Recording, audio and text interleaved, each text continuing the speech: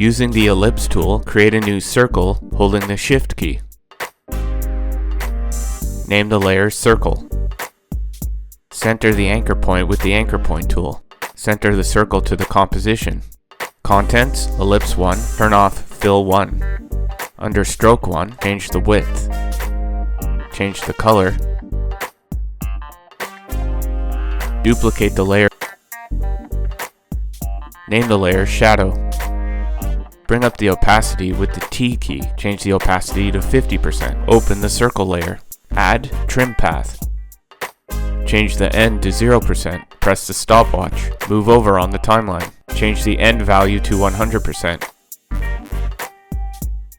Move to frame 10 on the timeline. Press the stopwatch for the start. Move over on the timeline. Change the start value to 100%. Select the keyframes and press F9 to easy ease. Optional, you can change the line cap to round cap.